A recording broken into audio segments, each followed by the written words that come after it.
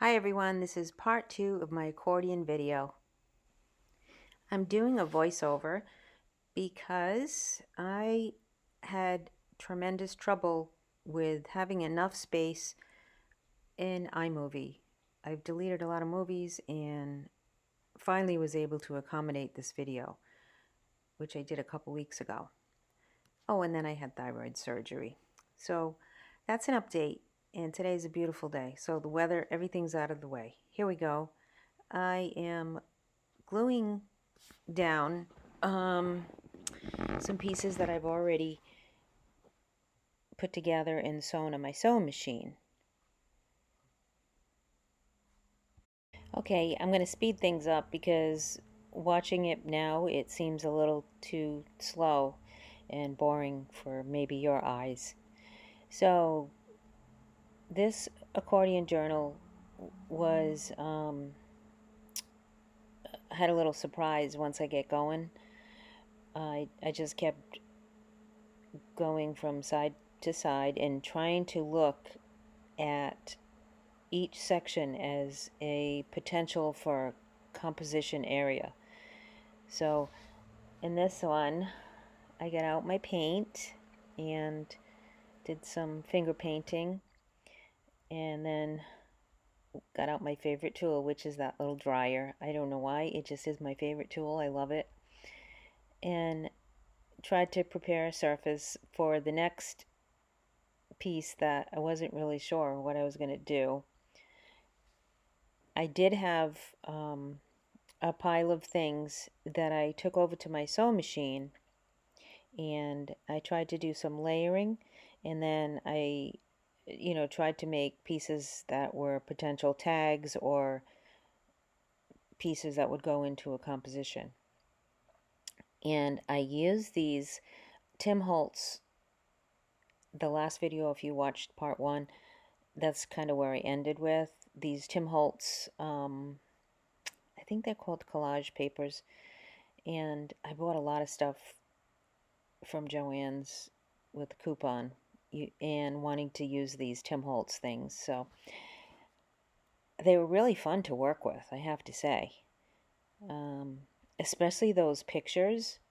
And when I was all done with making this accordion album, or thought I was, I realized that I was using different pictures, a bunch of pictures, in each of the compositions.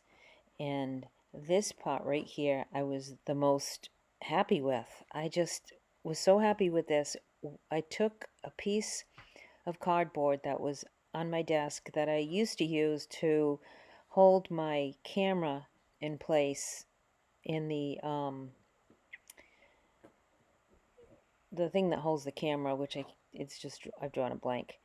Well, anyways, I used that, and I took some gesso and I just spread some paint on it, and I was really proud of myself.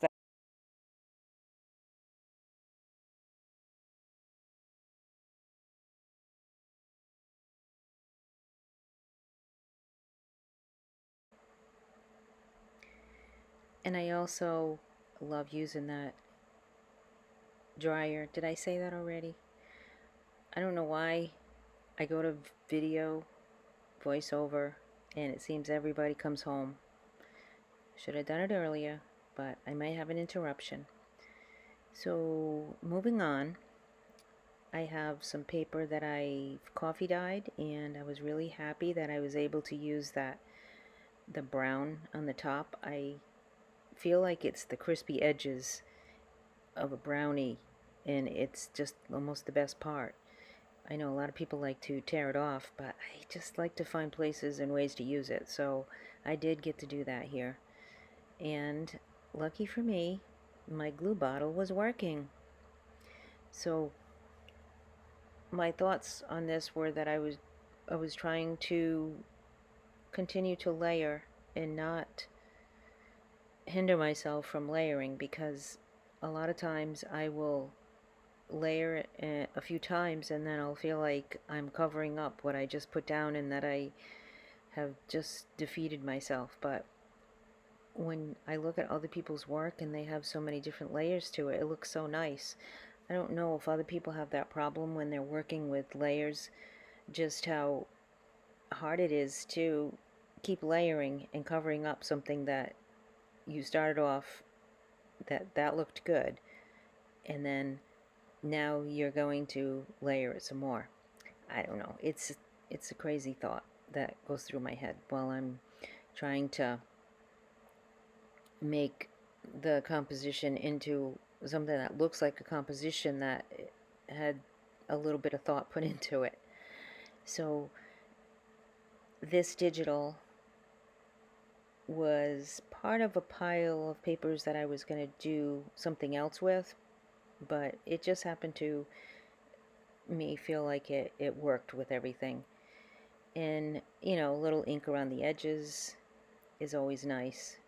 So my ink dauber right now, I haven't dipped it in the ink pad for the distress ink for a few, so it's not getting out of control. Sometimes when I use my ink dauber and I go to ink the edges and there's too much ink on it, and then it just looks not like you wanted it to. You wanted just a little bit of ink, and then it's a lot of brown mess. So this time I left the ink dauber out of the ink pad for a while I was doing this, and I'm you know, going to use this transparent thing for the first time, and I'm wondering how it's going to be with the glue, if it's going to get rumply like vellum does, but it doesn't. Now for that little photo album holder that I made, I'm thinking that it would be great right there in the corner. And at first I was thinking it would just be the picture of the one little girl, and then I decided to, after trialing a few pieces, make it into a little family album. So I was trying to find a piece, another photo, where the two would look like they related. So, and this would be the outside. Obviously every photo album needs a nice cover, so that's what's good about the Tim Holtz pre-cut ephemera packages like that, is that you don't have to, if you want to just, you know, create stuff with things that are already a little bit prepared, well, a lot prepared, then you just pull things from that and it makes it really nice. Sometimes I like doing that, and sometimes I don't like the two cookie cutter method, but in this case it was a helper to me. And there's the picture. And this was another case where, you know, I had done the gesso and put the layering on it, and now I'm feeling, okay, you just covered it all up, but it works out, doesn't it? I think it looks pretty nice after, when all is said and done. And these rub-on things, I really wanted to find one of them, because I've seen a lot of people use the rub-on stickers, and I've not used them yet. So I was at the thrift store and I bought these, which were rub-ons, and I was so excited because they were gold, and I thought, this is my first rub-on, I'm so excited. And I realized that it was actually from the dollar store. So how good can this be? Well, I tried to use it. First I had to find the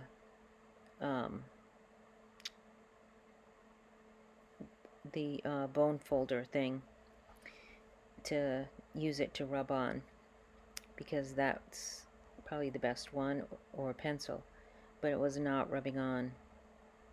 It was not coming off of the sheet. No matter which way I tried it, it was not working. The instructions just say to rub it on. I was very disappointed, which is why I'll have to say I don't understand the big I don't get a lot of stuff at the dollar store that's usable for me. Other people do. I'm not a big fan.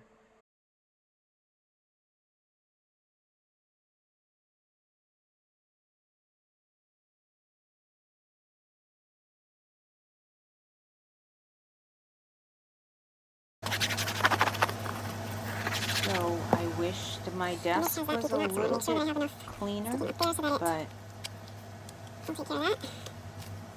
I can't seem to manage that when I'm trying to create something. I'm thinking more about what I'm creating and forget that I need to clean as I go to make it look good for the camera, but honestly, I'm not all about that.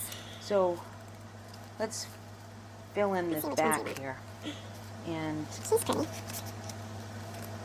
I'm realizing as I'm at the end now that every picture or every composition has a picture, and I'm feeling a theme is growing all on its own.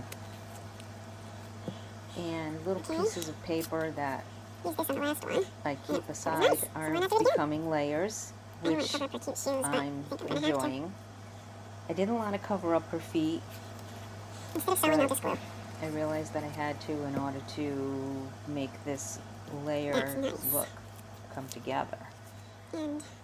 So I was thinking maybe a grommet would look really nice in there with maybe some sari silk, but sometimes the grommets work well with me and then other times they don't. So I didn't want to pull that out, since I put this whole thing together on a night when I just hadn't done any journaling for a while, and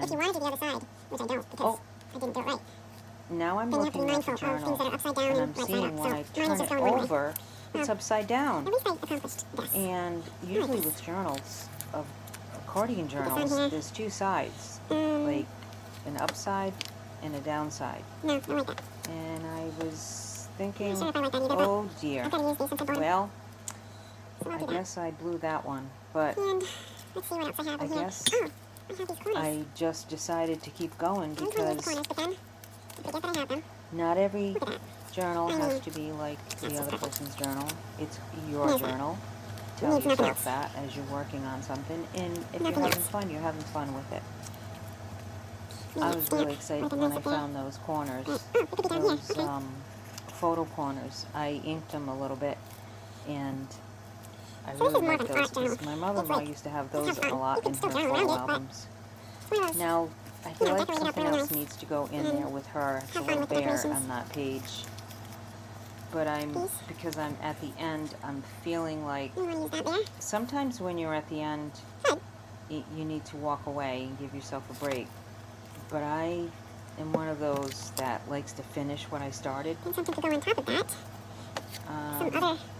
Not everybody in my family is like that, but I like to do that. But it can make me a little hasty though, because if I do give myself another day to work on something and put it away, I feel like I really do get fresh ideas, but it's hard for me to, when I start something, to not finish it, no matter what it is. So, I like to flip through my pages, and now I'm thinking I can put something else on this cover, and that'll pull it all together. So looking through my pictures, I decide that this man is the picture that's going to be the introduction to this Lost Relatives accordion. Found Relatives. That's the name of This this seems like the guard of the whole book, or the introduction, however you want to think. I'm just picking things up and gluing them down. Look at me. So adding some I have layers. that could go nicely. 5 Little o'clock. help from Tim Holtz.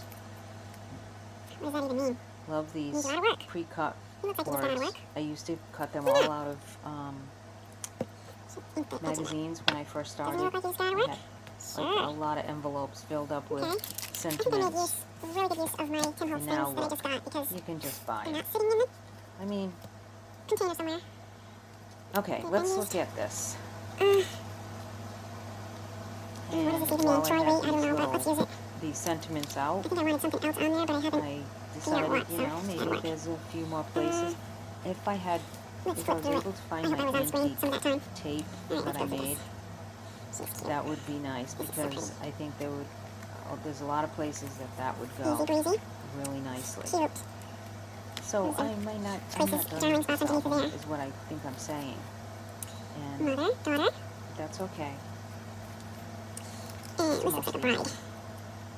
And this looks like a happy couple. As long They're as married. it's not sitting in a Maybe box they just came somewhere back from completely college in France. undone, then And I'm that's okay that. with that. Well, here I go again. These are on my desk, and I'm just getting them all cleaned.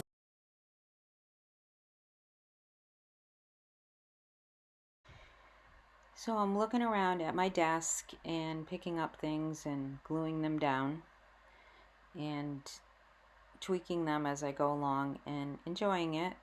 This is the back, the very back of the accordion, the cover, the back cover. So I thought I would slow the video down for a minute, and instead of doing the voiceover, I'll just let it ride. No, don't overdo it now. Alright, I'm going to clean this mess up, and that'll do it. But oh, wait a minute. Oh, wow. Look at this. Wow.